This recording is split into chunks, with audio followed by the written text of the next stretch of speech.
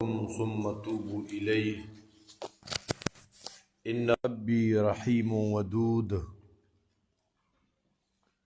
قالوا يا شعيب ما نفقه كثيرا مما تقول وإنا لنراك فينا ضعيفا ولولا رحتك لرجمناك وما أنت علينا بعزيز. سورة ہود آیت نمبر 90. د شعیب علیہ السلام قوم ته دعوت شروع تفصیلی.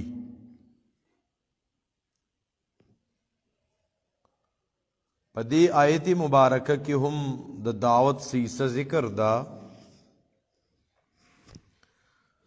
د دوو خبرو ترغیب دی. واستغفروا ربکم ثم توبوا الیه. یو د استغفار دعوت دی او یو د توبې دعوت دی.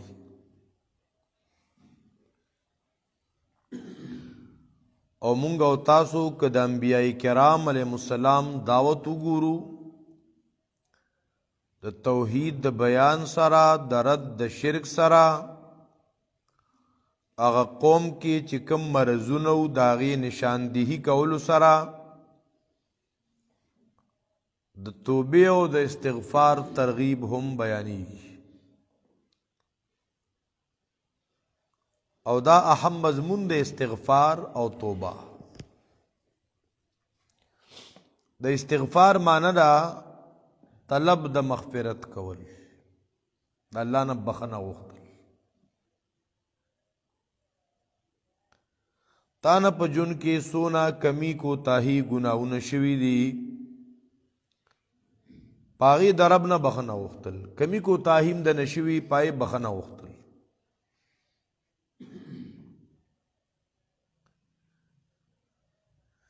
ګوره مونځ دی ادا که نو مونځ خدا خو ته الله سره خبرې کې، په دې کې به تا نه بې فکري راغلي، سوچ به دې ګډوډ شوي، توجه به دې خرابه شوي، الفاظو کې به کمی کوتاهي واقع شوي، د آدابو لحاظ به نی ساتلی شوي. نو احادیثو مبارکو کې راځي د سلام جار باسلو نه رستو استغفر الله 3 کرت، الله اکبر، استغفر الله استغفر الله استغفر الله.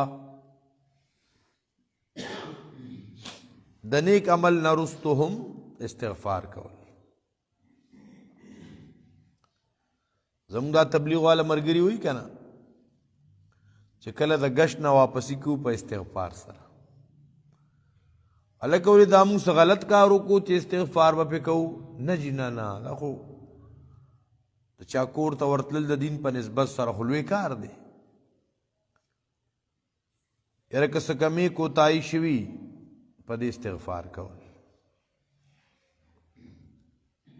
په دې وجه د بعضې خلکو ذهن کې دا راځي چې استغفار به صرف د ګناه د بخښنې دپاره نه، استغفار اصم عبادت دی. نبی علیہ السلام فرمایي زه روزانه استغفار کوم. ولې پیغمبر نه ګناه کېږي څه؟ استغفار کول دا عبادت دی. عبادت ګوره کله تا واړه یا لوی بال دی نه فارغ شوې، واشروم نه راووتې یا په صحرا کې وې، نو خپل ستر د عورت دې پټ که نو دعا راغلی ده کما غفرانه که. بس نور پسې حدیث صحیحو کې نشته، غفرانه که. ذهن ته سوال راځي چې هلکه زما حاجت پوره شه، واړه بول لوی بول دې نه فارغ شوما، دا خو الحمدلله ویل پکارو که نه. د غفرانه کا مانم دا دا رب زه تا نه بخښنه غواړم. دغه وخت کې د بخښنو غوښتلو سره بد دی، دا د سماعتي سره محدثین ذکر کوي چې ګوره دا واړه بول دا لوی بول دا ستا بند شوی وی که نه څونه مسله وه د ګندونو ډکه بوجۍ به نه وې نورم ستا دا واړه بول د دې اخراج د لویو بولو د دې سسټم ستا ګډوډ وي څونه به ګرانه وه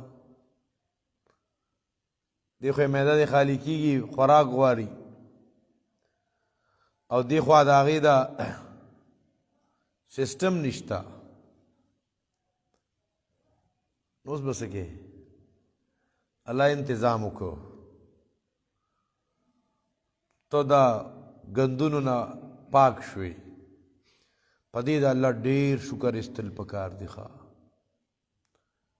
رب مونږ خو په دې نعمت باندې ستا کما حقه شکر نشو ادا کولې کدا واړه بول را کې پاتې وې دا لوی بول را کې وشوي څونه به ګرانه وه رب ستا په دې باندې شکر ادا کول پکار دی هغه شانتې نشو کولی نو غفرانه که بخښنه غواړو په دې د استغفار قرآن کې هم تذکره شوې ده د نوح علیہ السلام دعوت کې هم تذکره شوې ده هلته پکې د استغفار فواید ذکر شوي نوح علیہ السلام وی رب ما دی قوم توی استغفروا ربکم انه کان غفارا یرسل السماء علیکم مدرارا اور پسے وَيُمْدِدْكُمْ بِأَمْوَالٍ وَبَنِينَ وَيَجْعَلْ لَكُمْ جَنَّاتٍ وَيَجْعَلْ لَكُمْ أَنْهَارًا ډیر نعمتونه ډیر فضائل نوح علیہ السلام وی ما قوم ته ویلا استغفار کوئ انه کان غفارا یرسل السماء علیکم مدرارا باران بروري استغفار سره موږ استغفار کوو باران ضرورت دی کنه چې ډېر څوک پریشانو کې بیمارو کې شي یہ باران یا دواو کې حرام نه پریدو یرسل السماء علیکم په استغفار و باران رووري او دارنګي تاسو لبا اولاد درکی تاسو لبا مالونه درکی تاسو لبا نیرونه جاری کی د باغونو هغه میوه بس تاسو روټو کوي بعضی مفسرین ذکر کوي حسن بصری رحمت الله علیه ته یو تن راغی جی باران نه کیږي سو وظیفه وی استغفر الله استغفر الله استغفر الله وای بل تن ورته راغی جی اولاد میں نشتا استغفار وایا بل تن راغی غریبی د جی مال میں نشتا استغفار وایا بل تن راغی د باغونو کار ګډوډ دی استغفار وایا بل تنوی پټو ته د نیرونو انتظام ګډ استغفار وایا شاگردانو ته شیخ محترم د جدا جدا حاجت بیمار راغی او ټولو ته د نسخه یې وښودله ورته ویل تاسو سورت نوح نه دی لوستی هلته په استغفار باندې دا ثمرات مرتب شوي که نه بعضې روایتو کې راځي خطیب تبریزي رحمت الله علیه مشکات کې روایت ذکر کړی من لزم الاستغفار چا چې استغفار لازم کو لازم دا چې هر وخت به وایي پابندې سره دا نه چې کله ګیر شو نو بیا استغفر الله استغفر الله یا زموږ خلکو استغفار پر ټوي کړي استغفار استغفار استغفر الله غلط کار به کوو استغفر الله اللہ اکبر کبیرہ من لزم الاستغفار چاچی استغفار لازم کو جعل اللہ من کل ضیق مخرجا دلب اللہ پاک ار پریشانے کی لار ورکی خواہ دا پریشانے با ختمی کی پا استغفار سرا دا غمون با ختم کی او دا تب اللہ دا رزق انتظامو کی پا استغفار سرا استغفر اللہ استغفر وظائفو کی یومیہ اورادو کی استغفار دیویر جاری ساتل کم از کم درہ دے خود 200 پیرے وائے کنا استغفر اللہ استغفر اللہ استغفر اللہ توسید الاستغفار مخکیر کرے ہوگا نا ډېر فضیلتو کې چا دا د ماښام نه وویل ماسخوتن نه سید الاستغفار ولستا که دې ته د شپې مرګ راغی نو ماته علی الفطرتې دې په صحیح دین وفات شوخه. واستغفروا ربکم بخنه وغواړئ د خپل رب نه د تیر شوي ګناهونو. کله چې بیا ته استغفر الله دا په تسبو وی یہ دارنګې په بندونو باندې وی نو ار یو استغفر الله سره سوچ کوه. استغفر الله معنی ته خیال کوه زه بخنه غواړم د الله نه د څه نظر مې غلط استعمال کړی.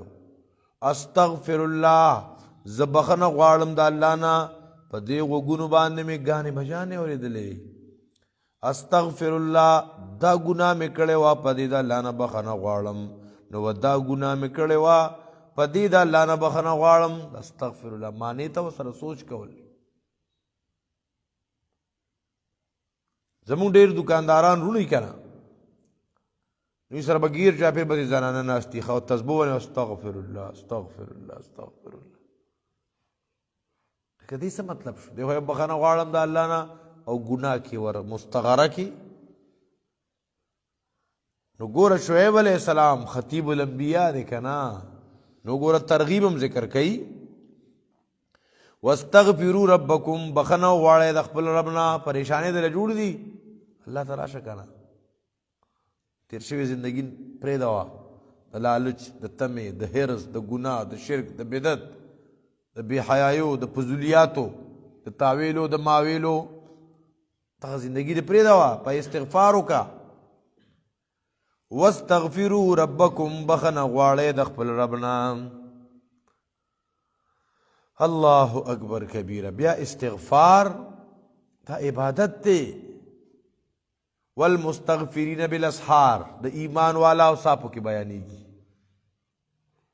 لقمان حکیم صاحب وی زوی ته وصیت کو چې یا بنیا ای بچنګیا ګوره دا بانګي دې تا نه ګورې هوښیار نشي چې بانګي راغلی دی هغه وګوره چربانګ وخت کې د تهجدو په وخت کې هغه استغفار کوي او بانګونه وایي او ته ودی غرمې پورې.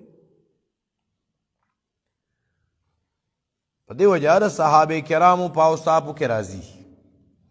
صحابه کرام هغه خلکو د شپې استغفار کوونکي وه د شپې الله له قیام کوونکي وه د ورځې روژه نیونکي وه.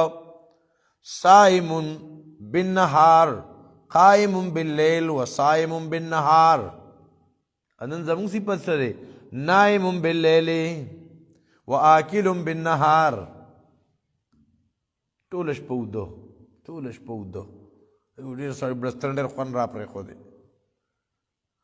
او آکل بالنهار ټوله رس خوراک دا سهار چای شوه پراټه شوه بیا هم خوله نه ودرېږي بیا 10 بجې بیا نو بیا ورسره چنه چوړې اوس پکې چنه چوړې خوري خلک او دا چپسان او دا پلانکي او دا پلانکي غرمه بیا ډوډۍ ماسپښین بیا چې نو سره خوراکونه نو ماښام بیا شپږ اته ټیمه خوراکونه ښه. ابو هریره رضی الله عنه وایي مونږ صحابه کرام به سلام جار باسلو نبی علیہ السلام بم سلام جار باسلو چې وبېکته نو څه صحابه کرام به د لوږې د لاسه بېهوشه شوي را پرېوتي بوخه. ابو هریره زما حال خو بداو مرګري به راغلې نو ما له به په دې سټ داسې لاس و خپې به پرې راښکلې داسې هغې به ویې جوړې په ده باندې څه د میرګو یا د پیریانو غوټه راغلی وی قسم په الله په ما به د لیونتوب څه غوټه نه وه په ما به د میرګو څه چپه نه وه دا به زه د لوږې د لاسه را پرېوتم.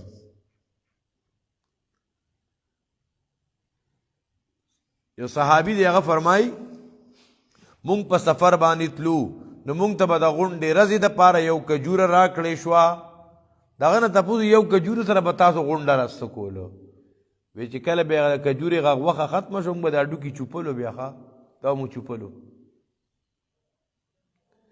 یو صحابي رضی الله عنه فرمایي زمونږ دا اودس ماتې چې دي که نه نو دا به د بیزو د دې پچو غونته اودس ماتې وس دنه ګټرې ډکې شوې ښه ګټرې ډک تباهي وشوه تباهي مصیبت جوړ دی ښه لکه دا پکې اٹیچ باتروم دی او دا پکې پلان کې واش روم دی او دا پکې پلان کې دی او بات اٹینډ کوم او کسی ګړې وړي ښه لوی لوی کندوان ولا کړي ښه صحابه کرام دای سهال یا واستغفروا ربکم نو قرآن کریم کې مرازی والمستغفرین بالاسحار دا به د اهل ایمان صفتی په وخت د چربان کې استغفر الله دا عرب اوسم د دې خیال ساتي ښه چې تهجد کی کنه نور تلاوت اوراد هغه رستو مخ کې خو کوي خو دغه وخت کې والمستغفرین بالاسحار استغفر الله دا د ایمان والا او د صحابو صفت دی الله دې موږ او تاسو له هم د عمل کولو توفیق نصیب کی نو د شعیب علیہ السلام دعوت کې واستغفروا ربکم او دویم خبره ثم توبوا الیه ان شاء الله سبانی درس کی